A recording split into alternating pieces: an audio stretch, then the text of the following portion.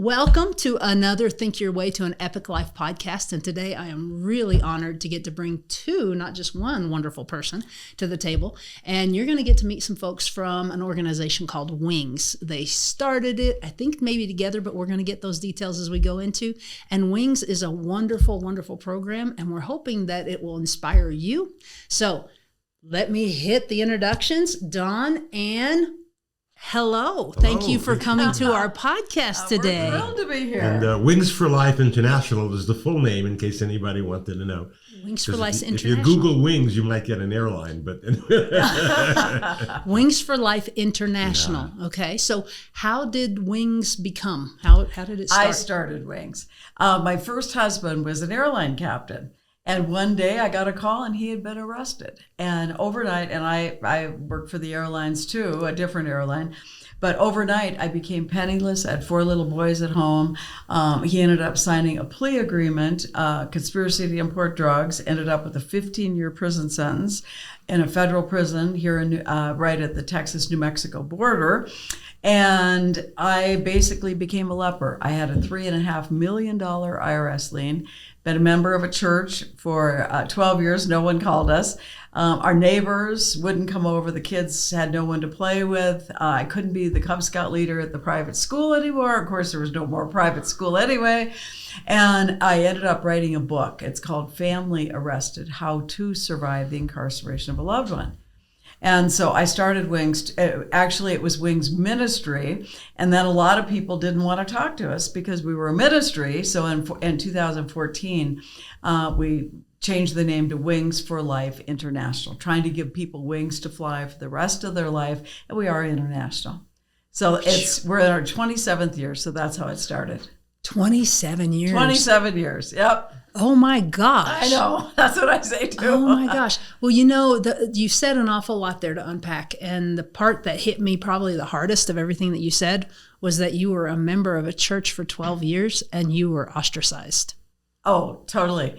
And the irony is that I became a youth director in another church with a husband in prison. We had over 250 youth and children in this program.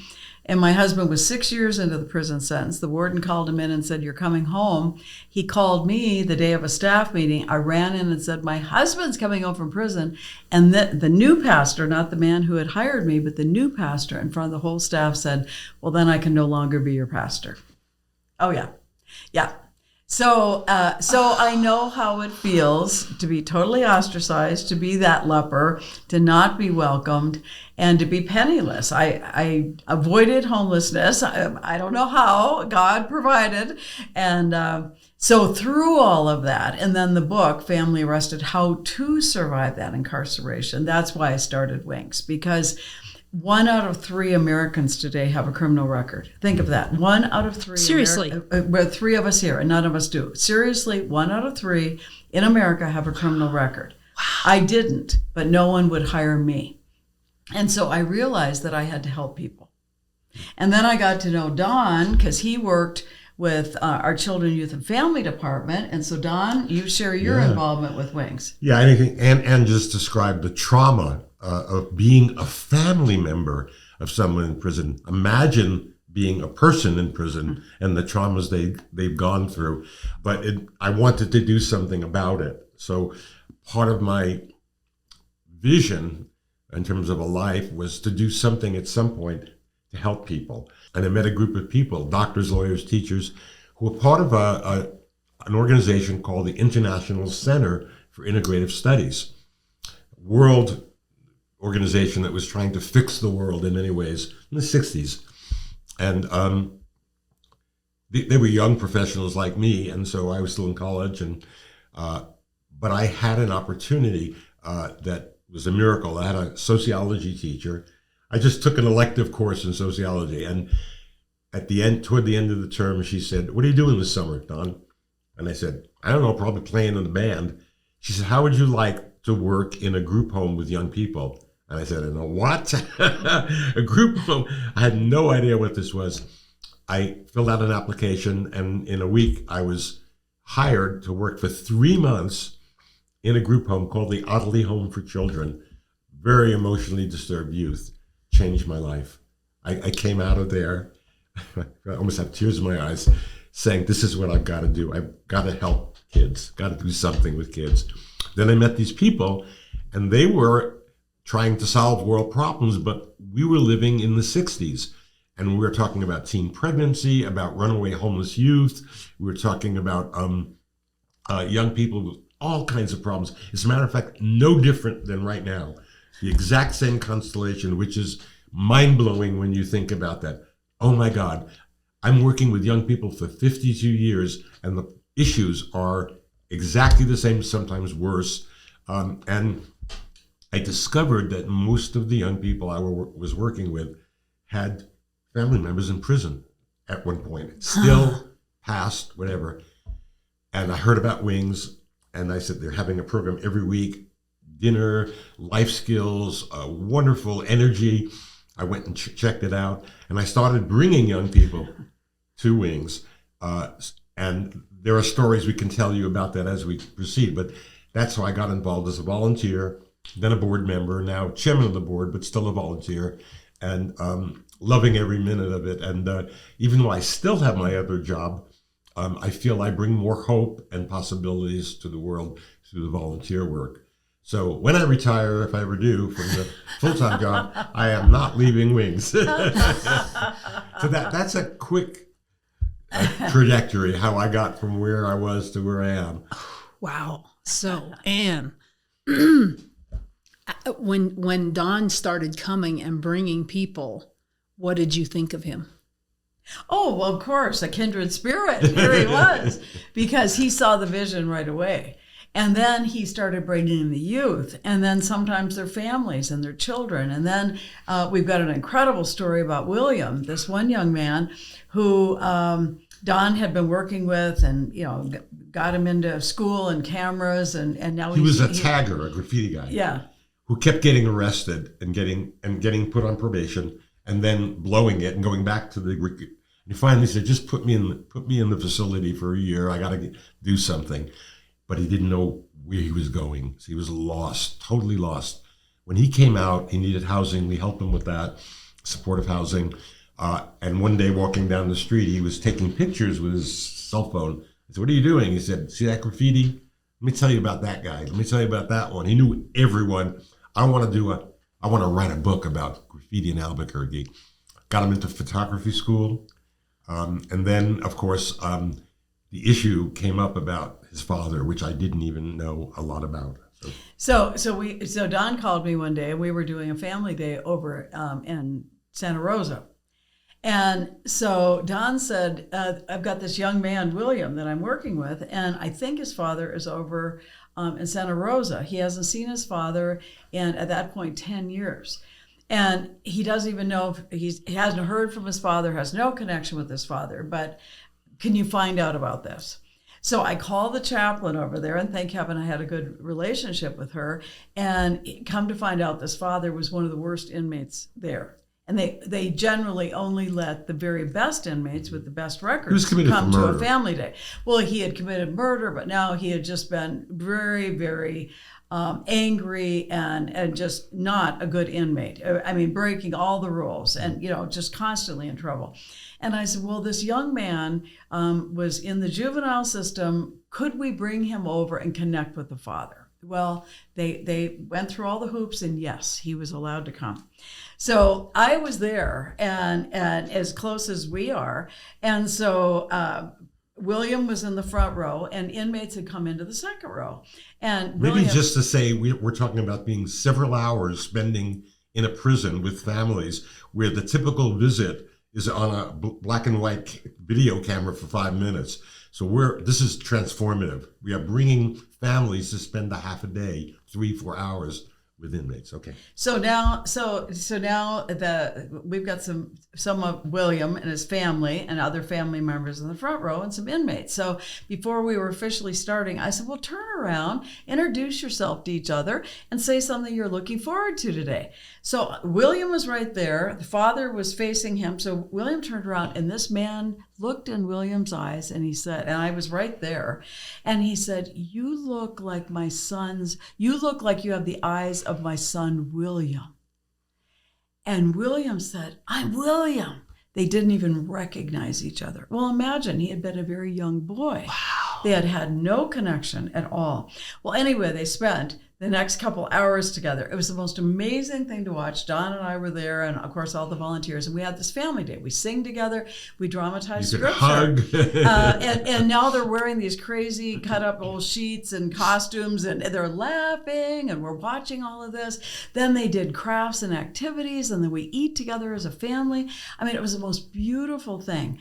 And so at the end, and on the way over, William was a nervous wreck. In fact, he was shaking so hard, I mean, physically shaking so hard, I had to get a bag. I had been a flight attendant. I thought he was going to hyperventilate. I mean, this kid was a mess. And on the way home, he was so He was calm. 18 And he years was old. just so relaxed.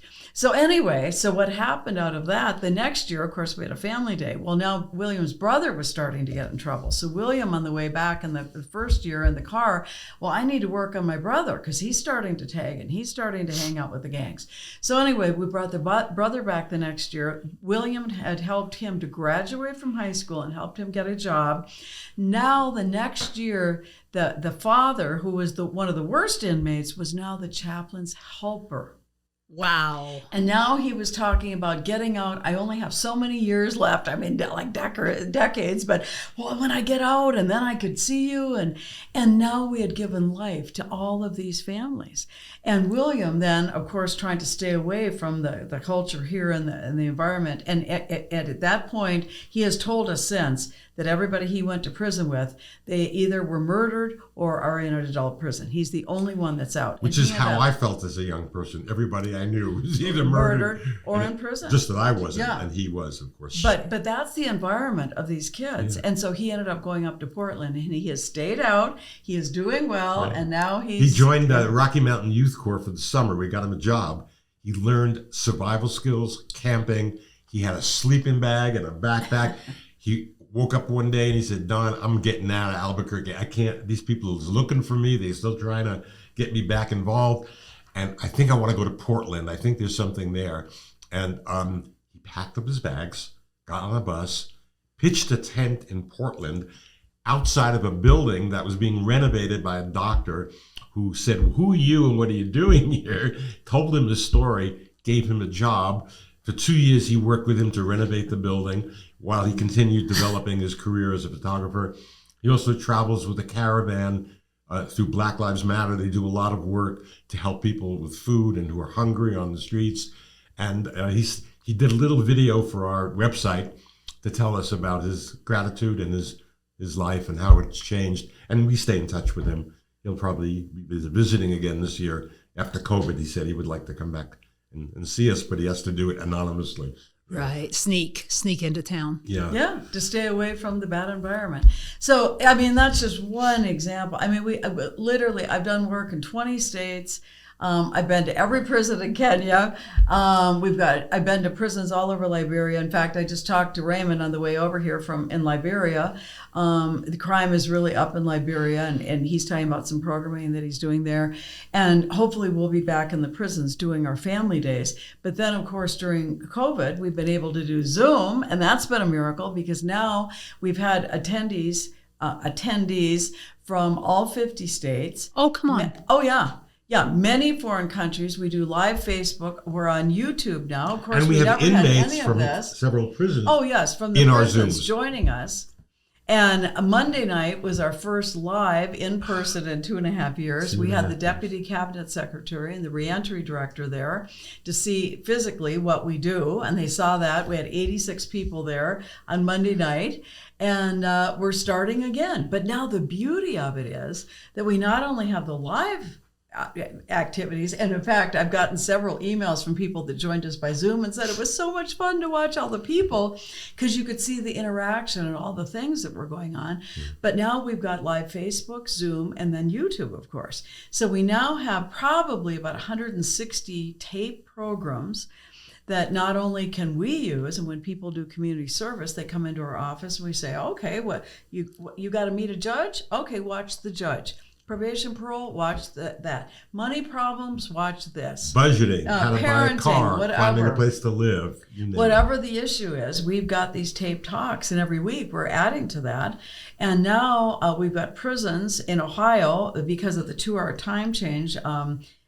We're Mountain Time, of course, they're East Coast time, so they can't have inmates at 8 o'clock at night joining us. But now they've got our tape programs. They're using them incentives in Ohio. We know federal prisons are using them because we had a guy get out and come into our office in December from a federal prison in Arizona. He wanted to come and see us in person because he had seen us on Zoom so many times.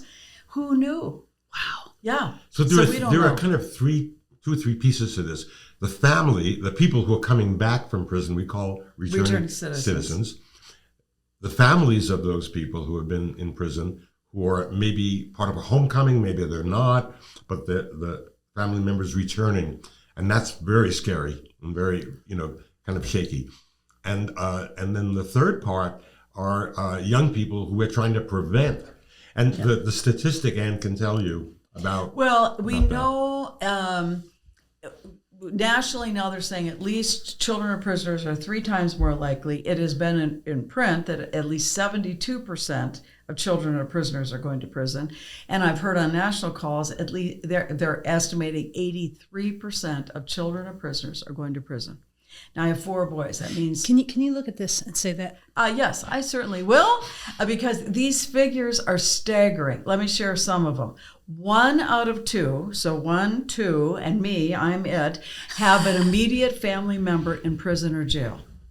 And behind every person in prison or jail, 33 to 38 other people are directly impacted. That is bigger than our U.S. population. So that's number 1. Then number 2 is 1 out of 3 Americans today have a criminal record, and then the children of prisoners. And so if we are at 3 times more likely, if we're at 72%, 83% of children of prisoners going to prison, whatever number this is, it is outrageous. And in the state of New Mexico, and we are number 1 or 50 on the wrong side of most of these scales, and of course we are number 50 with child welfare. We are spending, and these are 4-year-old statistics, because I know they don't want to publish the new statistics because they've cut our numbers by about 2/3 of what we used to have 4 years ago. We now have 96 juveniles in our state system. But we spent 4 years ago $232,500 per juvenile per year. Oh my gosh. Per year. They could go to Harvard or Yale and get an incredible degree. And that's per year. And it's estimated that 99% of, and again, they're juveniles. You can't keep track of their records. And you can't put, they're children. You can't put these numbers out. But the superintendents that I've talked to and all the prisons and the juvenile facilities that I've worked with, their superintendents are the wardens of a juvenile facility. They estimate, all of them have estimated, on the low side, 96%, most of them say 99% of our kids, our juveniles, are going to go to the adult system. Or they'll be dead when they get out. And of course, that's what plays up. And we're seeing William a lot said, of that happening. and we see that happen. So if you and hear about a young person being murder. shot and killed, they very likely could have been in the juvenile system, and now they're being killed by a rival gang member. And so we are spending all this money on after the fact. So Wings is here to help beforehand. So what we do is we do our programs, the family comes together. Mom, grandma, the caregiver, great-grandma, great-great-grandma, whoever is raising these children, we come together and we teach the family together. Because if we don't teach the family together, the kids are going to go home and say, well, I learned this, or grandma says, well, I learned this, but they don't connect. And When they teaching learn is together- everything Can- from. I just want a follow-up question. How do you get them all there? I mean, is it hard to get that support? It is a challenge. And now after COVID, so it's very interesting. Now we had a huge number on our kickoff night. It's who's to say? I don't know. And people are dealing with COVID, but probation and parole. Now, of course, we've been 27 years, so people know us. And we've got almost 25,000 people on an email list. And so they're not all local, but now I can send out to all of our contacts around the world because they could be joining us, virtually. But through email, probation and parole, the school systems, the truancy offices. In New Mexico, they've just made the ruling that no one can be kicked out of school, which I'm thrilled about. The dumbest thing in the world is you take a problem child and you kick them out and expel them. Mm-hmm. Well, now they've gotten farther behind. School to prison pipeline, they call it. Oh, yeah. Now, let me share one other thing about reading, because this is so important. If kids don't read by third grade, everybody says they're not going to graduate from high school. Forget graduation. They're going to prison. We know, studies say that if you don't read at a certain level by third grade, you're going to prison. And the current reading level in prison is 2.8, second grade in 8 months. The new Bible in prison is written at a third grade level. This is the average reading level. Now, we know we've got some PhDs, so we've got most people that really get in trouble. They can't read. Okay, so I have heard it said, I wish I could take credit for it, if you can read and you don't, it's just the same as if you are illiterate. So many people don't read at all. That's right. So what would you say to encourage people about reading? Reading is critical. And so we tell everybody, if we got great-great-grandma that can't read, okay, and we teach them, okay, read to the dogs, but we don't encourage our families to get animals either because they can't afford to feed their families. Forget a dog. But you could read to a pillow. You could read to a stuffed animal if you have one. And then we give them children's books. And so first, look at the picture, because a picture book tells the story. So learn, what is the story telling? So now it's about a dog, let's just say. So learn the word dog. So then every page you flip over, dog, dog, where is dog, where is dog? And they get so excited because now they can read one word. Then cat. Oh, that's cat, that's dog. And that's how we teach mom and grandma and everybody to learn to read. And they must read. They must read. And you're talking about people that, okay, they're not reading later. They're on their computer and they're doing all their stuff. They are reading, but we're talking about people that literally don't know what those letters mean. They can't read. And what happens is they get behind in school. And then they get bullied, and then until currently they were kicked out of school. And so now they're hanging out with the wrong kids. They have nothing to do. And so now, and they're hungry. So it starts, well, I'm going to go in the grocery store and I'm going to steal this. Well, then I'm going to steal this. Well, then somebody says, hey, take a gun and you can get the money, and then you can buy anything you want in another store. And see, it leads to criminal behavior. And now it's sitting at home and somebody said, well, try this. It'll make you feel better. You're depressed, and try this drug. Well, then one drug leads to another drug, leads to another drug. And we've got our next. And then it joined the gang because the older kids in the neighborhood, Don's neighborhood, they were all in gangs. In Albuquerque alone, we have 2,200 gangs in Albuquerque, New Mexico. Gangs, not people. Gangs. So 2,200 gangs in Albuquerque. Did you say that number right? 2,200. There are like 35,000 across the United States. And we've just taped three different series of our gang leaders talking. And so all three of them had learning disabilities. They couldn't read. They felt dumb. They were put down. So what do? I'm not dumb. And see, so then you become the bully in the class. Now you get kicked out of the class, and now they're hanging out with all their buddies. And the next thing you know, and I already shared that scenario of how you start stealing the little thing and it leads to something else. And hey, well, we'll take care of you. Mom and dad aren't home. And so the big gang leader is going to take care of you. And next thing you know, you're in the gangs. Oh, gosh. And it is just, we have to stop this cycle. There are also conditions in the country, in the world, in this country, that also promote it. We lost a couple of young people 2 years ago in our program because they found out about the oil fields. The father was working in the oil fields in Colorado, or I forget where, making a fortune, making really good money, living in squalor, but making a lot of money. And he said, come on out here, you can make a lot of money. But he didn't go out there to make money in the oil fields. They brought drugs with them. And these two boys were arrested on Native American land, federal crime. and they are spending a long, long time in prison as a result of that. So, and that was also a gang-oriented thing. We can go out there and we can be the drug gang that's going to make all this money for the oil fields. So there are these opportunistic gangs. They look for places where they can make money, where they're able to continue what they're doing, but also, get rich doing it. Of course, not very long, because recidivism rate is so high that they're going to end up in prison again pretty quickly. The rate of recidivism compared to WINGS participants, people who have come to the Wings for Life program, is 4% compared to 80. What is it? 80 something? Don? 83%. 83%. 83% of our nationally on a 9-year study. So imagine you go to prison and 83% of people go back.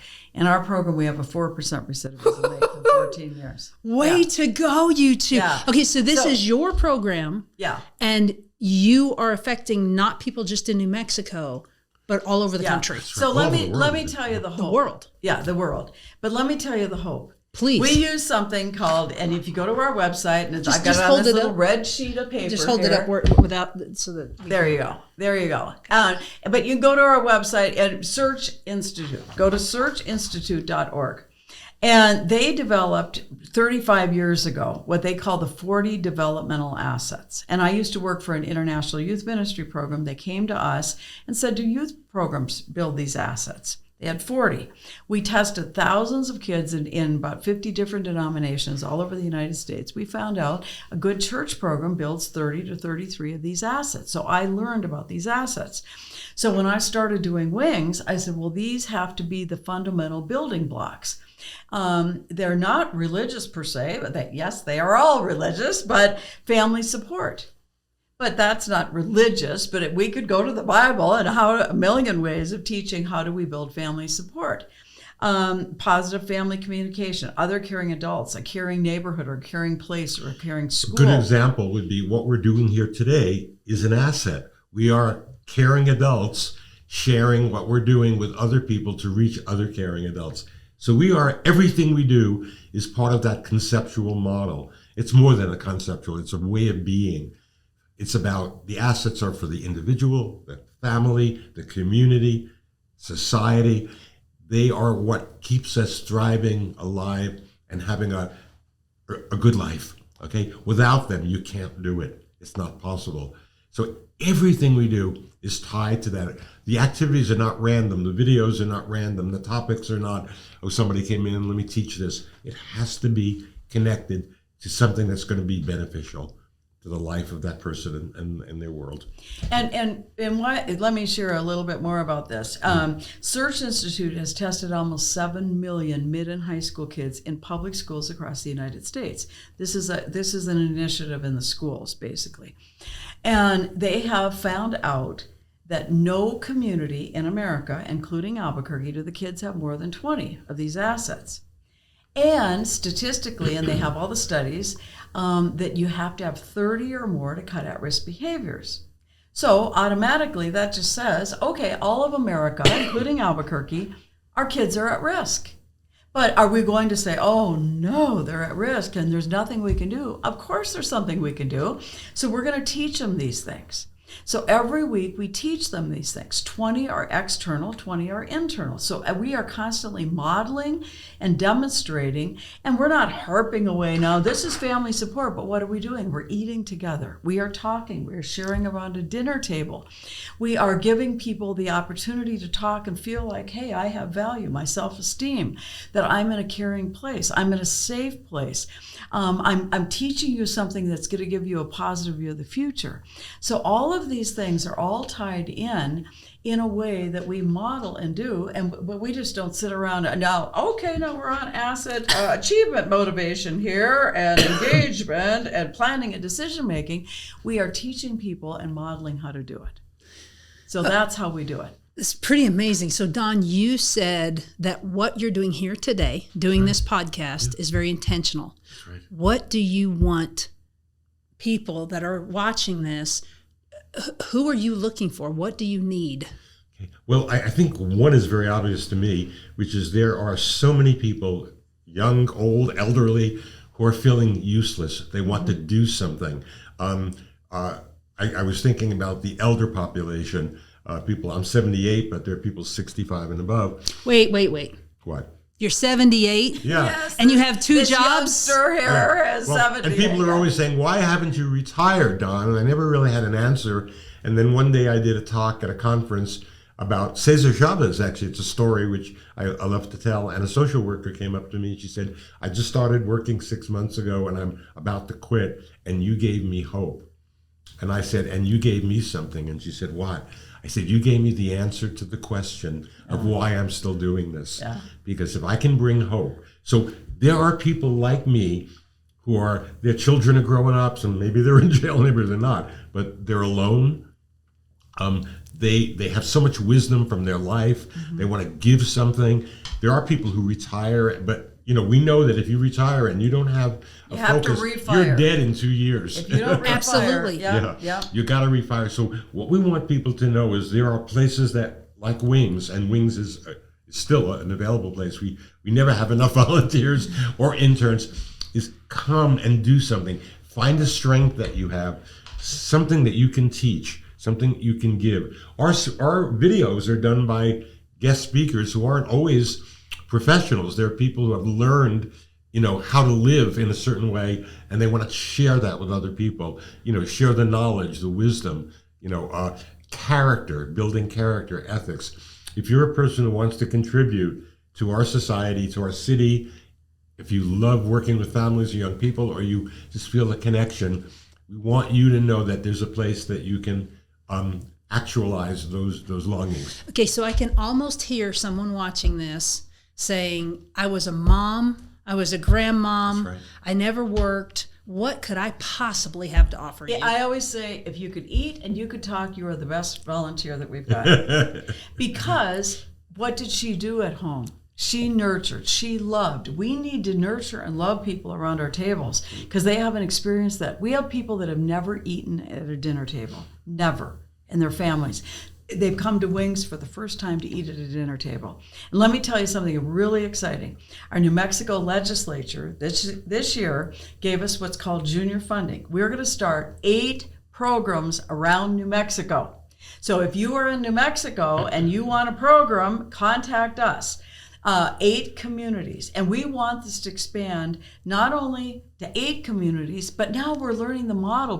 We have everything ready, and we're going to be training people all over. We could train anybody anywhere in the world. I've trained the librarians. If you've got a for school, heaven's a sakes. church, a community center, and Yeah. a place to meet 25 people, 50 people, whatever, we can teach you and help you Simple. to run a program just like And Wings. everything is on our website. It's all there. So the lesson plan, we call them placemats because they're literal placemats when we're eating at dinner.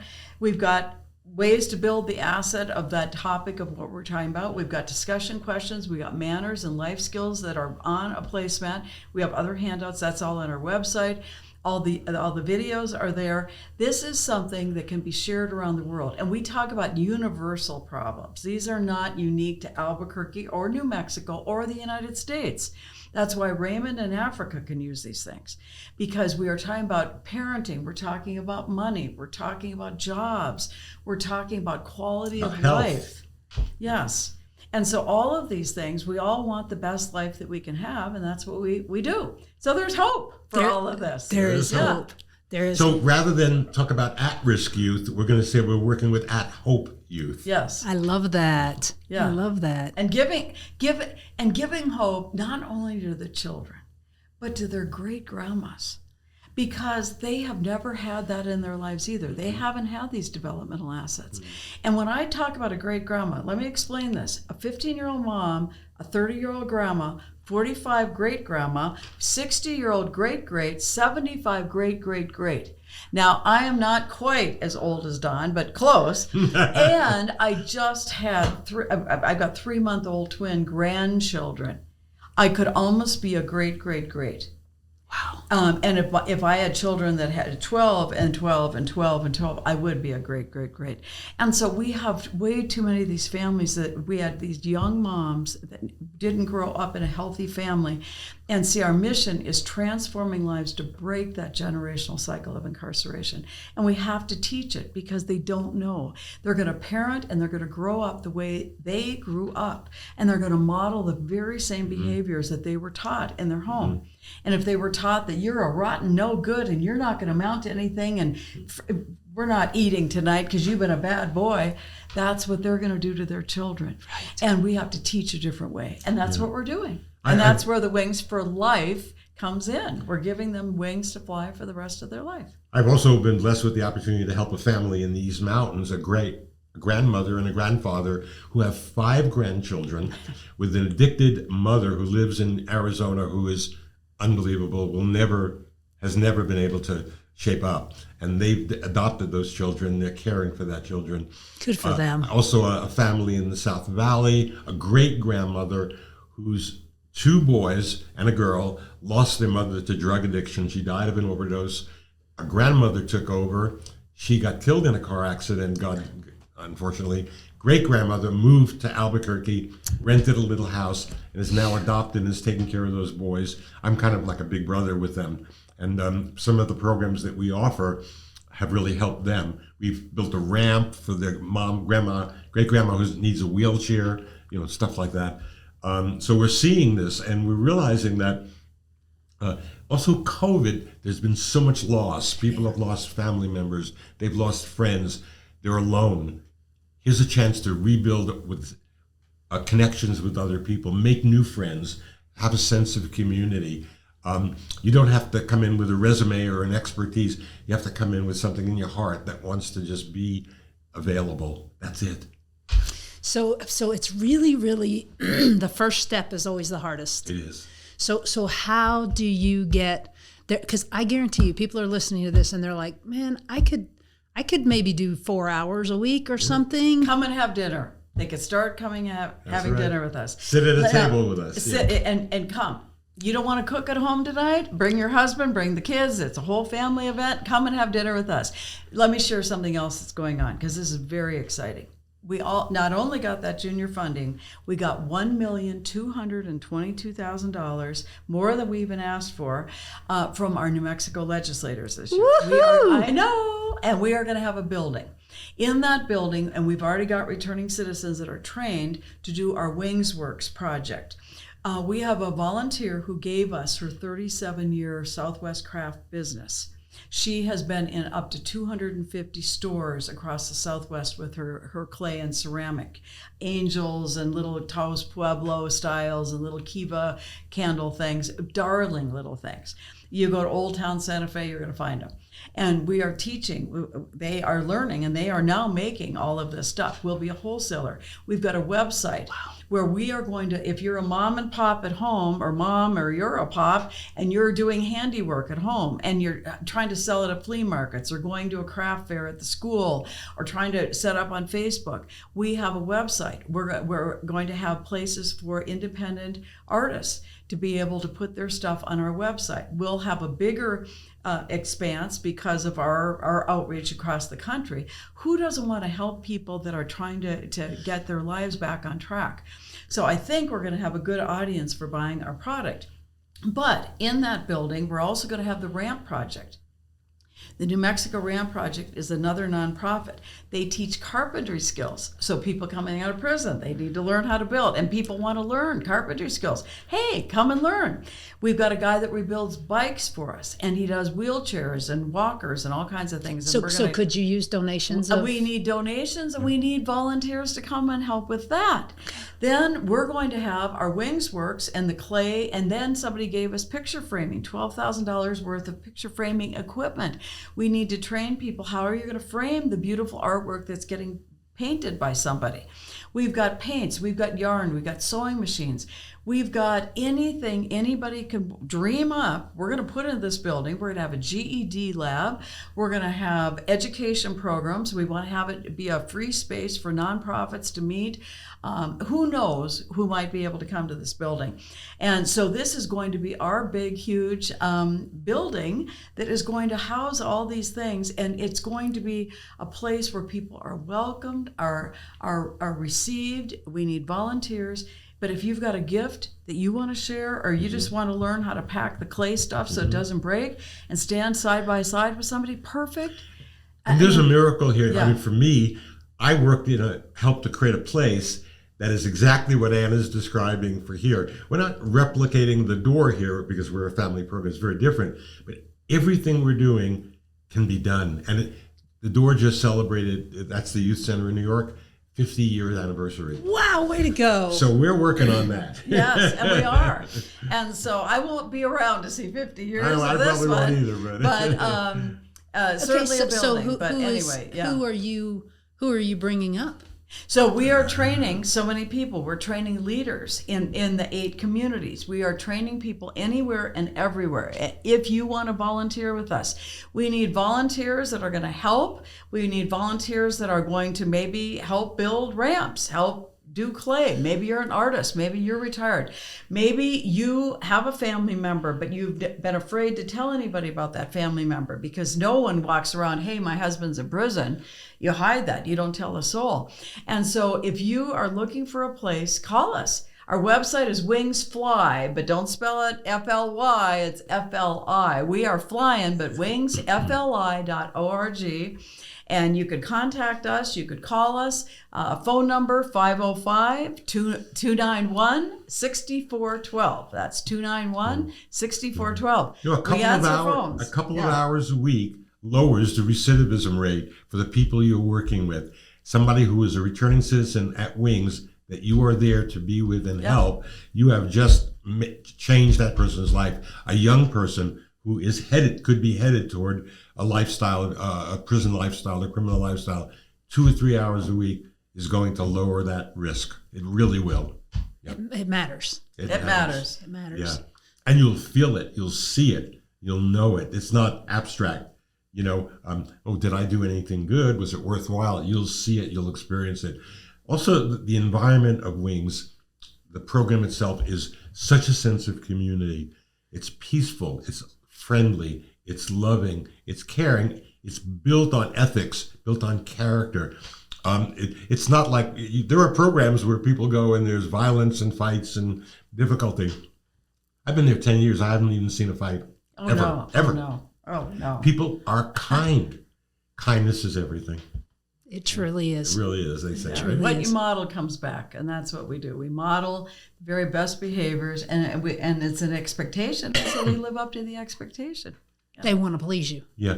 No, they want to please themselves because they want to belong. And they call it their Wings family, like a person would call it a church family. Mm-hmm. They say, well, this is my Wings family. Yeah. And that's the greatest thing in the world because they feel this sense of family. It doesn't matter where they're coming from. Talk about this, but when I look around, I see 3 things happening. For people who work with us, the volunteers, the staff, and others who come, there's a sense of dignity on how you're treated. There's a sense of meaning, which is you are doing something that has meaning, and there's a sense of community. So dignity, meaning, and community is what you will find if you come to be a part of Wings. You will feel that. You'll experience it. It's why I'm there for 10 years and not somewhere else. And me too. Yeah. I mean, I can't wait to wake up every day because I don't know who I'm going to meet. Right. I don't know who's going to call. I don't know what's going to happen. And now that we're back in person, it was just so much fun. And it just, we met so many new people and old faces, and I can't wait. So come and join us. We want you to be there. We want you to be there. Yeah. You and Stan have got to come. Oh, we would love to. When is the next one? This Monday. Oh, so it's Yeah, every Monday you have Monday. dinner. Right. We set tables. We teach people how to set a table. We help the cook in the kitchen. Panera Bread gives us their bread dessert. So Wow. we do. We have restaurants that cater food. Yeah, sometimes they will help. Sean fixed. We had donated food and a wonderful meal. He's a returning citizen, but he was a professional chef for 30 years. So he's using all those skills now in our kitchen. But people might help with salads, get the breads ready, the desserts ready. If we have donations, we put up all the donations because everything is given away. And then we do mixers. So between 5 and 6, we set tables, teach people how to set the table. I don't want to set for 100 people. That's a lot of work. I teach everybody, 10, 15 people how to do it, and it's done in 5 minutes and now everybody learned a life skill. Then we got the food that's dry, not hot, and we don't have to keep it warm on the tables. And then we get to know each other. I call them mixers, where we talk to each other and we give people different things to talk about, and we get to know each other that way. Then at 6 o'clock, the dinner starts. So we have questions to talk about. So we pick a discussion leader at the table, because if you're sitting there with strangers, what are you going to talk about? But if you've got some questions, hey, what do you think about this? This Monday, we're talking about ethics, what's right and what's wrong. So we're going to have discussions about that. And but every week it's a different topic. And then the program goes, then the kids leave at 6:30. The real tape program now is starting at 6:30. And the younger children kids have another. go, and we've got a woman that does painting. So if you want to come and do painting, she's coming in once a month to do that. Our karate guy just had rotator cuff surgery. So Phil is a 9th degree black belt, but he just had rotator surgery. But he'll be teaching some of those things. We've got storytelling. We've got Homework assistance. The tutoring, the reading, crafts. We always have a variety of crafts and different activities. And what % of all this is done by volunteers? Oh, 99%. Come on. Really? Oh, yeah. Wow. Oh, our staff is very small. I'm the only full-time staff still. So everybody is. Huh. So really, but when we get to Monday when nights, we get the everybody's building, a we'll volunteer. probably have more, permanent staff or higher staff.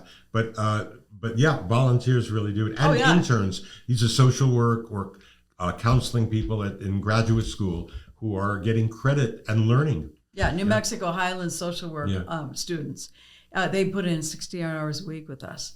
Okay, so I just want to say that we are doubting the world right now. If you're at all human, we're doubting that there are any good people left. 99% of the people who do this are volunteers. Fantastic people. That's right. That's so encouraging. Yeah. That there are people, And that's for what I those, saw in New York also. When the door started, we didn't have a lot of money. We couldn't hire a lot of people.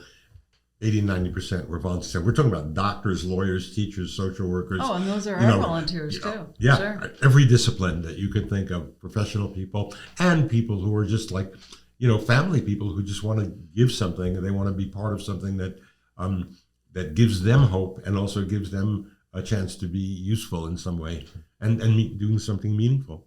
outstanding. Are there any last pieces of advice that you have for people? Any last pleas that you have to get donations or whatever? Well, of course we take donations of bikes, of clothing, of anything, and of course money, because money will allow us to hire more people. I mean, the bottom line is a lot of grants, they don't allow you to put in money for staff. Really? And it has to be going into something else. Okay. And really, it takes key dedicated people to keep this running.